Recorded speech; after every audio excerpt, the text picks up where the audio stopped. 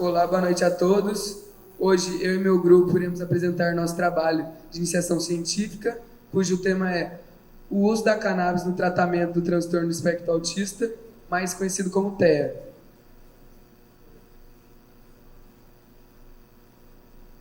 O nosso grupo é composto por Emanuele Gonçalves, Camille Rodrigues, Fernanda Aguiar, Lara de Paula Meireles, Caio Arneiro e por mim, Arthur Gomes. Também temos a nossa orientadora, que também é coordenadora do nosso projeto de pesquisa, Luanda Maria de Campos. Doutora Luanda Maria de Campos. Esses são os principais tópicos do nosso trabalho. O nosso trabalho é importante, pois ele indica que combinar remédios de cannabis com tratamentos convencionais podem elevar o bem-estar das pessoas e o apoio dos familiares. Além disso, muitas pessoas têm difícil acesso a esse medicamento e também difícil aceitação desse método. Atualmente, a cannabis é considerada uma droga ilícita, tendo como seu principal princípio ativo o THC, sendo tóxico e psicoativo. Ainda hoje, existem algumas restrições no acesso a medicamentos à base de marihuana, que é a cannabis, e também existem desafios relacionados à aceitação pela sociedade. Então, o objetivo geral do nosso grupo é compreender como os medicamentos à base de cannabis podem auxiliar no tratamento do espectro autista em crianças. Já o objetivo específico é informar a sociedade sobre o uso do medicamento à base de cannabis no tratamento do TEA em crianças, avaliar a aceitação da sociedade em relação a esses medicamentos. A cannabis é amplamente reconhecida por diversos nomes, sendo os principais deles maconha, cânhamo e marihuana.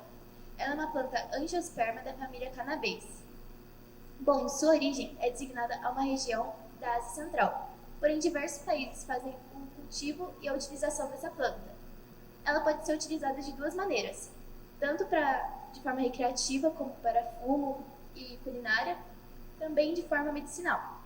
Bom, antigamente ela era muito utilizada em ritos religiosos e cultos, fazendo assim parte de culturas chinesas, indianas, nepalesas e de alguns países da região mesopotâmica. Existem 3 subespécies da cannabis. A cannabis sativa, a qual é utilizada para a produção de medicamentos à base de cannabis, como por exemplo o canabidiol, a cannabis indica e a cannabis ruderalis. Existem mais de 400 substâncias químicas presentes na cannabis sativa, sendo que 60 delas são canabinoides. Um dos principais canabinoides presentes na planta é o delta-9-tetraidrocannabinol, mais conhecido também como THC. Ele é responsável pelos efeitos psicoativos da planta. E esses efeitos psicoativos são responsáveis por gerar os efeitos alucinógenos e a dependência química nos usuários. O THC ele vai atuar no sistema nervoso central, fazendo com que as células cerebrais liberem dopamina. E essa dopamina ela pode gerar sentimentos de pânico ou até mesmo de ansiedade. Outro principal canabinoide presente na planta é o CBD, também conhecido como canabidiol. O canabidiol, ao contrário do THC, não vai gerar efeitos tóxicos nem alucinógenos para o corpo humano, assim sendo muito utilizado para a produção de medicamentos à base de cannabis. E para a produção desse medicamento, vai ser realizada a extração do canabinoide CBD da planta cannabis sativa.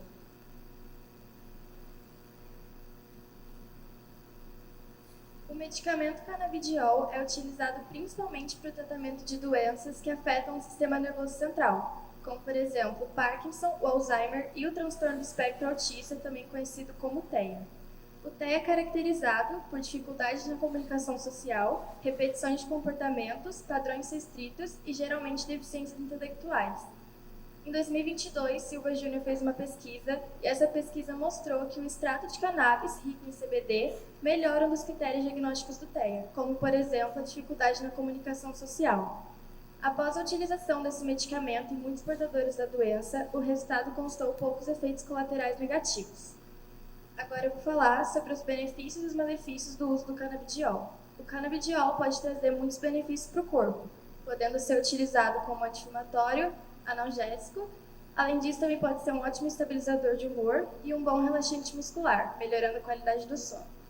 Porém, além dos benefícios, existem alguns malefícios que causam os efeitos colaterais negativos para o corpo dos pacientes que são submetidos ao tratamento, como, por exemplo, náusea, dor de estômago ou desconforto e perda de apetite. Existem 3 níveis do transtorno do espectro autista. No nível 1, os sintomas são leves e não requerem muito apoio. No nível 2, os sintomas são mais pronunciados e desativados com apoio específico. E no nível 3, os sintomas são mais severos e necessitam de apoio o tempo todo. Além disso, um grande número de pessoas são afetadas pelo transtorno, com prevalência maior em meninos. Nos Estados Unidos, cerca de 1,5 milhão de pessoas são afetadas pelo TEA. E no Brasil, de acordo com o portal brasileiro Canal Autismo, esse número é 4 vezes maior, atingindo aproximadamente 4,8 milhões de brasileiros. E a cada 150 crianças nascidas, uma é portadora do TEA. O TEA tem defasagem pelo menos em uma dessas 3 áreas: comunicação verbal e não verbal, relação e interação social, ou comportamentos restritos e repetitivos.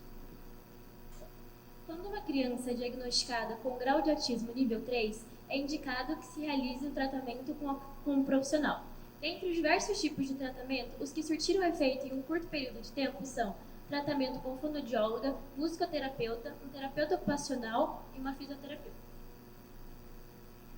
A terapia ACA, análise de comportamento aplicada, ela tem considerada uma abordagem sem erro, pois ela foca em comportamentos positivos, assim melhorando as crises comportamentais, incluindo a autoagressão. Além disso, ela traz segurança tanto para os portadores do TEA, tanto para os familiares. O sistema endocannabinoide presente no corpo humano possui os receptores CB1 e CB2 que atuam no cérebro, realizando as funções cruciais, como regulação do sono, do humor, do metabolismo, ações anti-inflamatórias, e ele pode ser ativado com a realização de atividades físicas e com a meditação. Uma criança portadora do transtorno do espectro autista possui uma irregularidade nos receptores CB1 e CB2, e ao utilizar o óleo de canabidiol, ele realiza homeostase e ativa esses receptores. A lei de número 17.618, criada no dia 31 de janeiro de 2023, estabelece diretrizes e regulamentações para o uso de medicamentos à base de cannabis, como o THC, entre outros canabinoides, sendo eles importados ou nacionais. E também a política aplica-se a unidades de saúde públicas e do Sistema de Saúde Único SUS. O habeas corpus é um instrumento legalizado pelo governo que possibilita o autocultivo da planta em sua própria residência, facilitando e melhorando muito mais a qualidade de vida do paciente. Além da burocracia, temos algumas despesas de tratamento com canabidiol, sendo elas dependência da região geográfica, importação, dosagem e quantidade do medicamento, exames e acompanhamento médico e o principal, o custo do próprio medicamento. De acordo com o CORDS, em 2022 foi feita uma pesquisa que quando se compra o medicamento aqui no Brasil pode variar de R$ 250 a R$ 2.500. Na metodologia, nossa pesquisa foi classificada como básica, pois nós aprofundamos um tema científico já estudado, exploratória, pois nós tentamos compreender os efeitos da cannabis no tratamento do transtorno do espectro autista, e quantitativa, pois nós utilizamos dados numéricos, modelos estatísticos e interpretação de texto na análise dos resultados. Fizemos uma entrevista com a mãe de uma criança que tem o transtorno do espectro autista e que utiliza o medicamento à base de cannabis. Além disso, aplicamos um questionário para as pessoas de 14 a 60 anos ou mais, com o objetivo de entender a percepção dessas pessoas em relação ao uso medicinal da cannabis no tratamento em crianças com transtorno do espectro autista, e obtivemos 184 respostas. Bom, no primeiro gráfico, podemos analisar a faixa etária dos nossos respondentes. Obtivemos como maior número de respostas, sendo elas 125, que a maioria dos respondentes possuem entre 14 a 18 anos, pois aplicamos nosso questionário na nossa instituição e em algumas instituições próximas, ou seja, são adolescentes do nosso ciclo social. Já as outras 59 pessoas possuem entre 19 a 60 anos mais, que são alguns de nossos familiares e professores. Na segunda pergunta, nós questionamos se os respondentes seriam a favor ou contra o uso de medicamentos à base de cannabis. Podemos perceber que mais da metade dos respondentes afirmaram ser a favor e apenas 4 contra. Dentre esses 4 estão jovens de 14 a 18 anos, o que contradiz a nossa hipótese de que haveria um maior preconceito atrelado aos respondentes de maior faixa etária, uma vez que os mesmos relacionam a cannabis com o seu uso recreativo. E 20 pessoas não souberam responder, o que corresponde a aproximadamente 11% da nossa amostra total. Bom, nesse terceiro gráfico, analisamos a pergunta: se caso alguém da sua família precisasse utilizar esse medicamento, você seria a favor ou contra? Obtivemos como grande maioria, sendo a favor, sendo 164 respostas, 4 pessoas sendo contra, que são as mesmas 4 pessoas que disseram ser contra no último gráfico, e 16 pessoas não souberam responder essa pesquisa. Nessa outra pergunta, nós questionamos se os respondentes seriam a favor ou contra o uso do canabidiol para o tratamento do transtorno do espectro autista em crianças. A maioria dos respondentes afirmou ser a favor e 14 pessoas a mais não souberam responder em relação à pergunta anterior, se eles seriam a favor ou contra o uso de medicamentos à base de cannabis. Isso evidencia que, quando é especificado que o tratamento é em crianças, há uma maior resistência dos respondentes.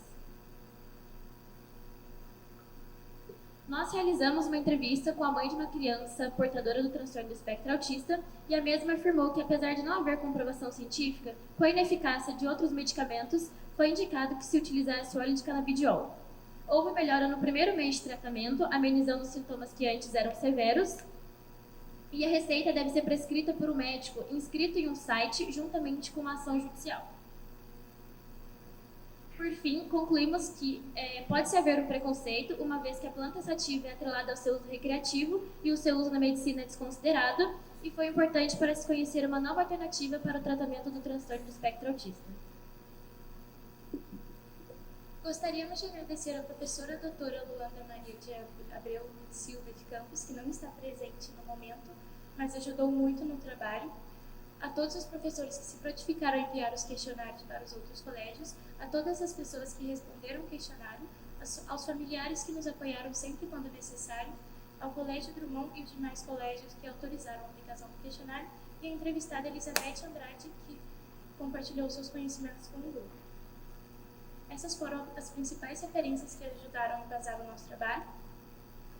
E agora nós mostraremos o vídeo que resume o nosso projeto.